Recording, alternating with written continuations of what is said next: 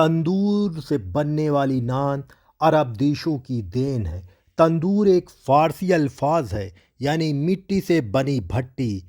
अरब देशों के सहारा मरुस्थल में आबाद जनजाति बद्दू, ये बद्दू कबीले के लोग अक्सर रेतीली हवा चलने से खाने पीने की चीज़ों को बचाने के लिए जद्दोजहद करते थे।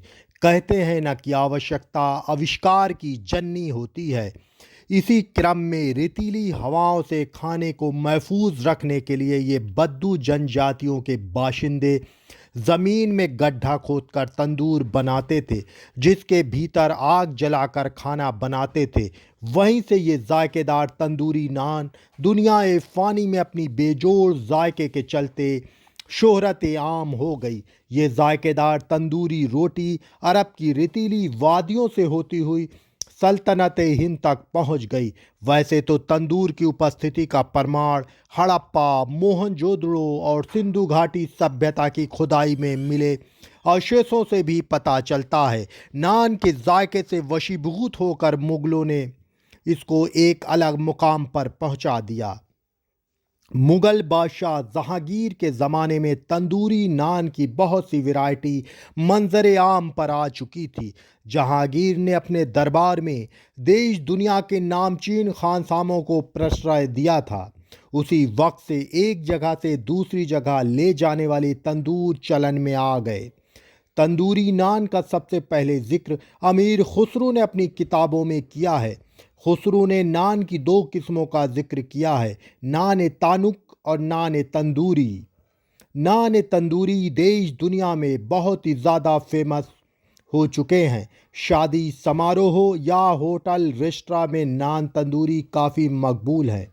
वैसे तो नान फ़ारसी अल्फाज है और खमीर इजिप्ट की देन है। खाने पीने में खमीर का इस्तेमाल इजिप्ट वालों ने ईसवी सदी से बहुत पहले से करते आ रहे हैं। बहरहाल इसके लाजवाब जायके ने इसे यूनिवर्सल हेरिटेज में बदल दिया है। जहां तंदूरी रोटी गेहूं के आटे से बनती है, वहीं तंदूरी नान मैदा से बनाई जाती है। इसके आटे को फुलाने के लिए इसमें खमीर मिलाकर साना जाता है। वहीं इसके जायके को बढ़ाने के लिए इसमें दूध, दही, घी, अंडा, सौंफ, कलौंजी, काजू का पेस्ट, तिल्ली, बटर, गुलाब और खस का फ्लेवर भी इसमें मिलाया जाता है।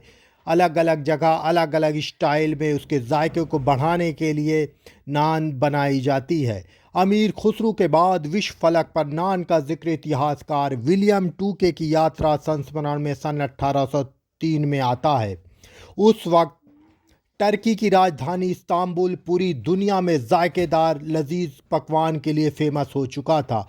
अपनी इसी टर्की यात्रा के दौरान खान पान का जिक्र करते हुए टूके ने जायकेदार तंदूरी नान का भी जिक्र किया है।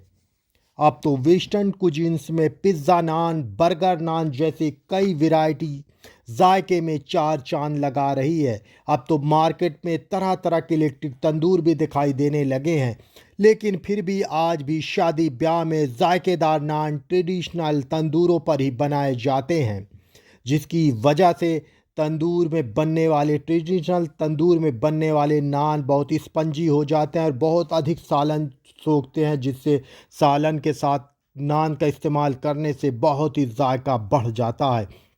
इसके लिए तंदूर के भीतरी हिस्से में आग से गर्म मिट्टी की मोटी दीवार पर चिपका कर नान सेकी जाती है। शादी में नान ज़्यादातर मैदा से बनाई जाती है। वैसे तो मैदा भी गेहूं का बारीक आटा है, जिसमें से पूरी तरीके से चोकर और फाइबर निकाल दिया जाता है। किसी भी तरह का डाइटरी फाइबर न होने से इसका कुछ हिस्सा आंतों में भी चिपकने की प्रबल संभावना बनी रहती है। इससे डाइजेशन में दिक्कत हो सकती है। मैं यही हिदायत दूंगा कि कमज़ोर मैदे वालों को मैदे से बनी तंदूरी रोटी से परहेज़ करना चाहिए। तंदूरी रोटी में फाइबर की कमी होने की वजह से डाइजेशन में प्रॉब्लम आ सकती है, जिसकी वजह से आज भी भारत में पूरी तरीके से परंपरागत रोटी का दर नहीं ले सका है ये तंदूरी नान। और यही वजह है कि ख़ास मुकाम पे या ख़ास सेरेमनी के मौके पे बनाई जाती है। यही है शादी ब्याह में बनने वाला वो जायकेदार तंदूरी नान। जी हाँ, बहुत ही स्पंजी होता है ये। शादी खमीर में की आपको वजह से दिखा इसके रहा जायके हूँ में चार नान चांद लग गोश्त। जाते हैं। अगर नान गोश्त किसी से शादी में नहीं बनता तो वो अधूरा अधूरा सा लगता है जायका। मैं यहाँ पे आ चुका हूँ, ये देख लीजिए आप तंदूर, ये देख सकते हैं लकड़ी से कोयला बनाया गया है, गरम किया गया है, पूरा धधकने लगा है ये तंदूर।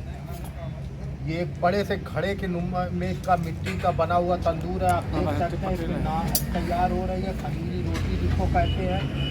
इसको तंदूरी रोटी के नाम से भी ज़माने ने रुसवा किया है। इसकी मकबूलियत का आलम यह है कि ये काम करा लें। सालन के साथ इसका इस्तेमाल किया जाता है। मटन कोरमा के साथ इसका जायका बहुत ही अच्छा होता है। खमीरी रोटी है, आप देख सकते हैं एक तरह से नान रोटी भी इसको बोला जाता है। किसी शादी समारोह में इसके बगैर कोई भी वेज नॉन वेज हो अधूरा अधूरा सा लगता है। इसकी खूबी ये है जब ऐसे ये बनाया जाता है तो ये पूरा सालन सोख लेता है। जितना ज़्यादा सालन सोखता है, कहा जाता है खमीरी रोटी या नान रोटी उतना ज़्यादा जायकेदार, उतनी अच्छी रोटी मानी जाती है। बहुत ही यमी टेस्टी है ये।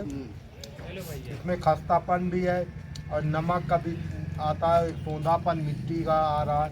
जो घड़े में बनाया गया, तंदूर में बनाया गया है, उसका सौंधापन आप कह सकते हैं। क्या क्या डाला है आपने? जीरा है, करायल है, सोडा है, नमक है। ट्राली कहाँ ले जाते हैं? जीरा करायल का भी इस्तेमाल किया गया है, रिफाइन का भी इस्तेमाल किया गया है। कोयले का स्मोकी सौंधापन आ रहा है, वही मिट्टी की भी खुशबू आ रही है। आप ये कह सकते हैं मिट्टी का एक तरह से सेंट फ्लेवर इसमें रम गया, बस गया। मिट्टी का सौंधापन क्या कहना है। ये गरम गरम खमीरी रोटी बहुत ही खूबसूरत, बहुत अच्छी लग रही है। आप देख सकते हैं कितना ये फूल जा रही है, देख सकते हैं इसको।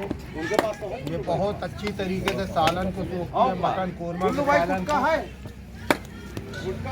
जिसके वजह से सालनदार कोई भी रेसिपी होती है उसके साथ नॉनवेज के साथ खाने में बहुत ही इसके जायके में चार चांद लग जाता है। जायके में चार चांद लगाने के लिए अगर नान ना हो तो वो अधूरा अधूरा लगता है। इसीलिए शादी में माना जाता है कि नान वेज की शादी है। इसके बाद और व्यंजन बनते हैं। बहरहाल आगे मैं मटन कोरमा के साथ नान को खा कर आपको दिखाऊंगा इसका टेस्ट कैसा था। फिलहाल मैंने रूखा खाया, बहुत अच्छा टेस्ट लगा, बहुत ही टेस्ट। हम तो आए ना, सब आए।